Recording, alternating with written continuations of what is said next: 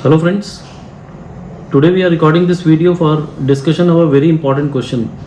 हमने एक video record किया था जहाँ पे हमने डिस्कस किया इन्वर्टेड ड्यूटी स्ट्रक्चर में क्या कुछ बदलाव हुए हैं और क्या उन बदलावों से जो टेक्सटाइल इंडस्ट्री है उनमें कोई चेंजेस आएंगे बिकॉज कोल पे रिफंड को डिनाई किया है. तो उसका एक इंटरप्रिटेशन या मेरा view I have shared that through the video and in that video I have raised one question जो बहुत लोगों के दिमाग में है कि ये रूल कब से एप्लीकेबल होगा. जो चेंज हुआ है फॉर्मूला वो कब से एप्लीकेबल होगा और कौन से पीरियड, क्या पुराने रिफंड्स जो मैं आज फाइल कर रहा हूं उस पर वो एप्लीकेबल होगा या केवल 5 जुलाई 2022 के बाद का जो मेरा रिफंड ड्यू हो रहा है उस पर एप्लीकेबल होगा. All these questions are there in the mind of the tax payers. So this video is being recorded only for that purpose wherein I want to share my views pertaining to this question.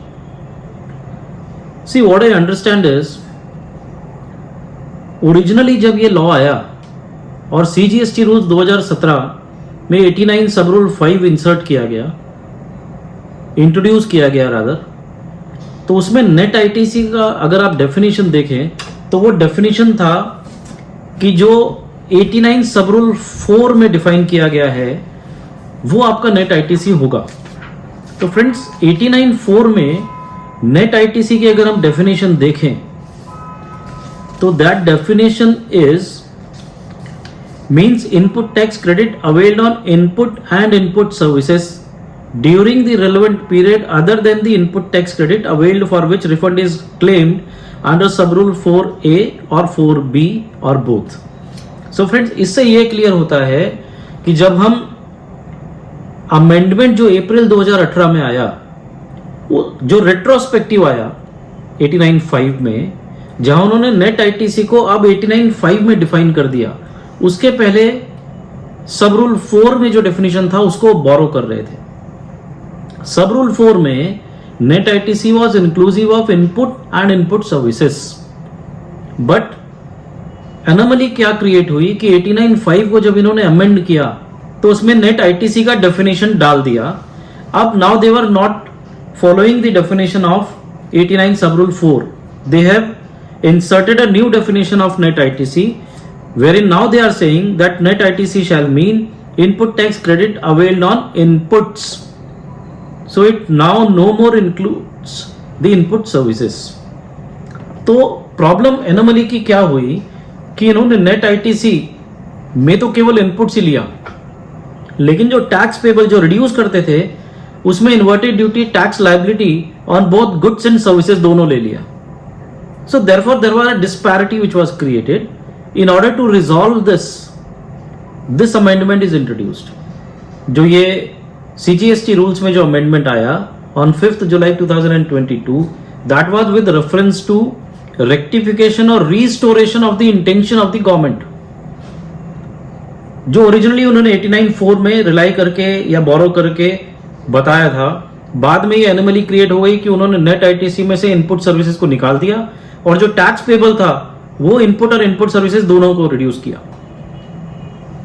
So in order to resolve that they have done this and they have now amended and this is certainly in line with what was the recommendation of the Supreme Court in case of VKC footsteps. So that is certainly the case.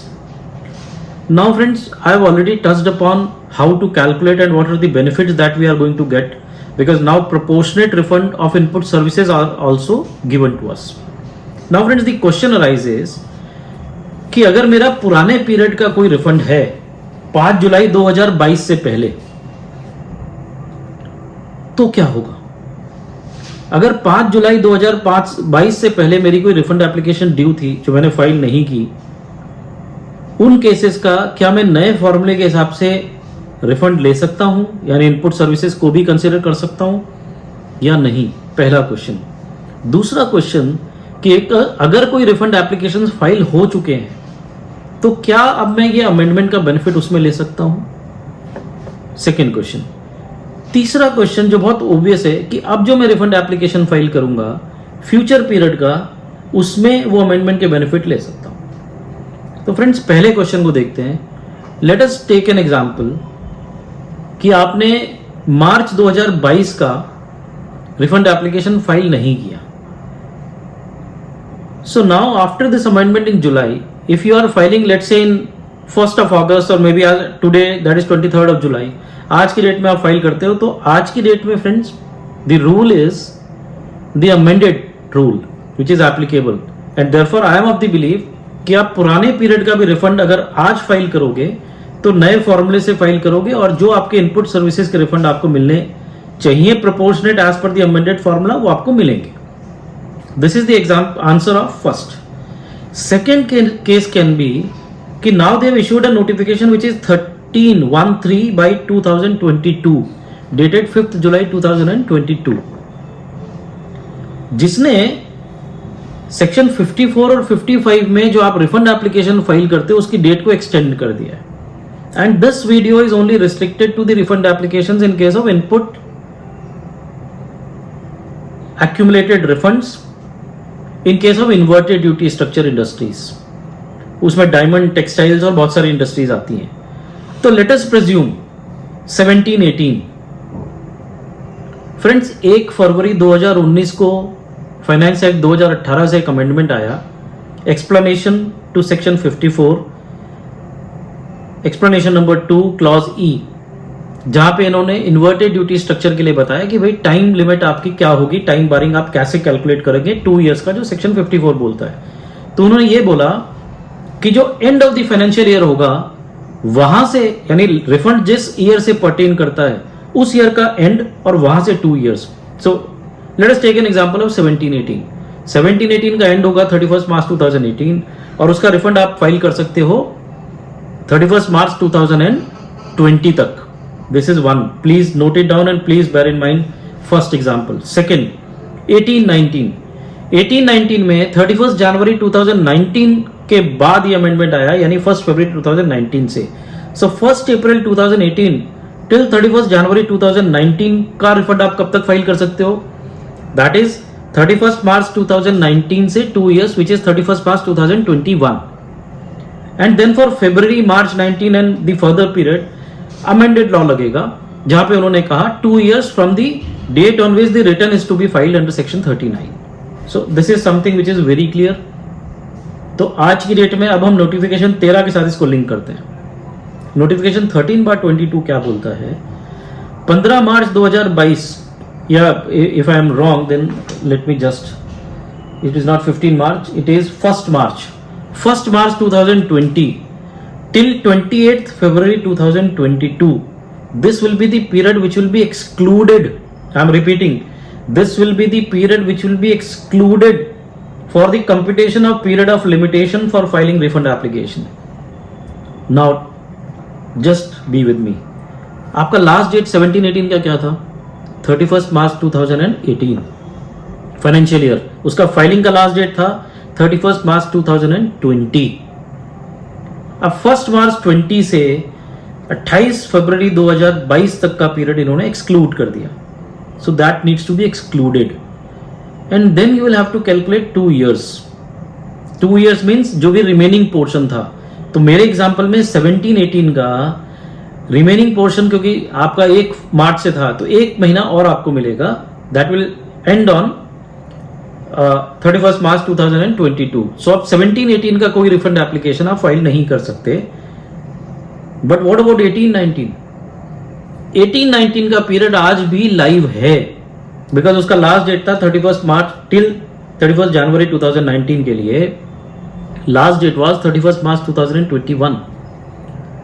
ये scheme ये बोल रही है कि 1 मार्च 20 से 28 फरवरी 22 तक को avoid कर दीजिए, एक्सक्लूड कर दीजिए.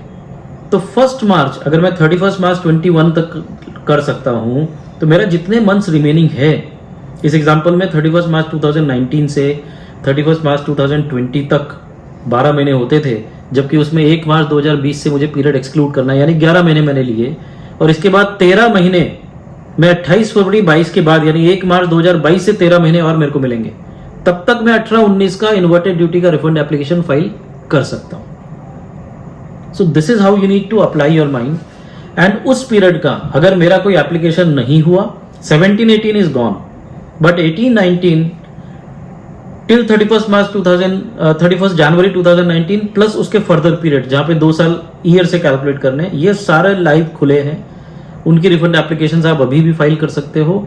और मेरा व्यू ये है कि आज अगर उनकी रिफंड एप्लीकेशन आप फाइल करोगे तो नए फॉर्मूले से फाइल करोगे और इनपुट सर्विसेज का भी प्रोपोर्शनेट रिफंड एज पर दी कैलकुलेशन, एज पर दी अमेंडेड फॉर्मूला आपको मिलेगा। So there are various industries, because this question I was getting every now and then. So there are various industries like diamond, उन लोगों ने शायद file ही नहीं किया because they were clearly denied. So एक आध ने फाइल किया, उनका रिजेक्ट हो गया, बाकी लोगों ने फाइल नहीं किया। So now they can file for 18-19 that they can get the refund. So this was second. Third is कि आपने रिफंड एप्लीकेशन फाइल कर दिया लेकिन रिफंड अभी तक नहीं आया, तो क्या आपको नए लॉ में रिफंड मिलेगा? नए फॉर्मूले से can you make the amendment in the refund application? In that case my understanding is no, that cannot be done. But एक आर्ग्यूमेंट आता है कि अगर मेरा लॉ रीस्टोर हो रहा है, जो ओरिजिनल था, ओरिजिनल परसेप्शन था, उसको रीस्टोर अगर हम कर रहे हैं and it is not causing any loss to the tax payer, plus it is clarificatory, जो ओरिजिनल परसेप्शन था उसको क्लैरिफिकेशन करने के लिए वो लॉ को अमेंड किया गया, so that will be effective retrospectively. I am repeating friends, that will B affected retrospectively. तो अगर आप ये क्वेश्चन पूछें कि 5 जुलाई 2022 से एप्लीकेबल होगा या 1 जुलाई 2017 से, मेरा ऐसा मानना है चूंकि ये रूल अमेंड हुआ था 2018 में, अमेंड होने से नेट आईटीसी का उन्होंने डेफिनेशन चेंज किया, जिसकी वजह से एनोमली क्रिएट हुई। अभी वो एनोमली को रिमूव करने के लिए इन्होंने ये वापस अमेंडमेंट किया। So this amendment as per my limited understanding seems to be a clarificatory amendment. Being a clarificatory amendment, this needs to be applied retrospectively and therefore आज की डेट में जो पेंडिंग एप्लीकेशंस हैं that can certainly be argued as per the amended formulae and the refund can be sought. हालांकि prima facie यही दिखता है कि जो एप्लीकेशंस फाइल हो गई हैं, जितनी अमाउंट की फाइल हुई है, बिकॉज अमेंडमेंट या रेक्टिफिकेशन ऑफ रिफंड एप्लीकेशन का procedure, even though I am not in compliance, but मेरे हिसाब से शायद नहीं है लॉ में, तो आप वो नहीं कर पाएंगे। बट क्या हम उस पीरियड का जिसका हम रिफंड ले चुके हैं इन्वर्टेड ड्यूटी में, क्या हम ये डिफरेंशियल अमाउंट की एप्लीकेशन डाल सकते हैं? That again can be a question, because if I say that this formula is going to be retrospective formula, then in that case जो डिफरेंशियल अमाउंट है सर्विसेज का वो मैं फाइल करना मेरे को अलाउ होना चाहिए। But again, I would say this is litigative. Department will litigate, they will not allow you. But yes, Vatika township का अगर मैं जजमेंट पढ़ूं, वो पढ़ के मुझे ऐसा ही लगता है कि ये क्लैरिफिकेटरी है, रेट्रोस्पेक्टिव अमेंडमेंट है, होना चाहिए इसका। और अगर रेट्रोस्पेक्टिव मानते हैं तो अगर आपकी कोई डिफरेंशियल वैल्यू निकलती है जिसका रिफंड मिलना चाहिए था, तो certainly you can make an application and then you can litigate for the same, because वो रिफंड एप्लीकेशन अब आपको अदर्स में करनी पड़ेगी। इन्वर्टेड ड्यूटी में ऑलरेडी उस पीरियड की कर चुके हो and I am not sure whether the system is allowing or not. But yes, my submission would be it seems to be a clarificatory amendment and therefore it has to have an effect from retrospective date which is 1st July 2017. Then next question कि ये rule आने के बाद कोई application, तो obviously rule आने के बाद आप जो भी एप्लीकेशन करोगे, चाहे वो आगे की पीरियड की हो या पहले की पीरियड की हो, that will be on the basis of the new rule, new amended formula, and you will be able to claim the refund of input services also in the proportionate way and the manner in which it is provided in the formula. Friends, this was my endeavor just to share my views. Again, I am giving a disclaimer. Many of you may agree to this, may not agree to this. Certainly, my view is an aggressive view and may lead to litigation in future, but that is a view which is framed on the basis of the settled principles of law. Specifically Vatika Township, which is very clearly settled law by the Honorable Supreme Court, which says that if something is clarificatory, it has to be retrospective. So यहाँ पे भी clarificatory लग रहा है, it is not causing any detriment and therefore it can be retrospective. And rule 1 section 164 भी देखते हैं, then rules can be made retrospectively applicable. Although the notification is absolutely silent कि ये 5 जुलाई से एप्लीकेबल होगा, 1 जुलाई से होगा या 1 जुलाई 2017 से होगा. It is absolutely silent, and therefore we, as a student of law, we have assumed that it is going to be applicable from 5th July 2022. That no doubt about it. 5th July 22 से तो है ही, लेकिन पहले की periods का अगर आज application करते हैं तो उस पर भी एप्लीकेबल है, और पहले की एप्लीकेशंस जो हो चुकी हैं उसमें आप डिबेट शायद नहीं कर पाए या उसको अमेंड नहीं कर पाए, लेकिन डिफरेंशियल के लिए अगर लॉ परमिट करता है या अगर रूल परमिट करता है, लेट्स से प्रोसीजर परमिट करता है, then you can very well file the additional application for refund and fight for that. Friends, this was my view pertaining to the questions which I am receiving, and I hope that I'll be, or rather I am able to make out some legal point which may help the taxpayers and the stakeholders. Thank you friends, thank you for the patience hearing. I am obliged and thank you very much.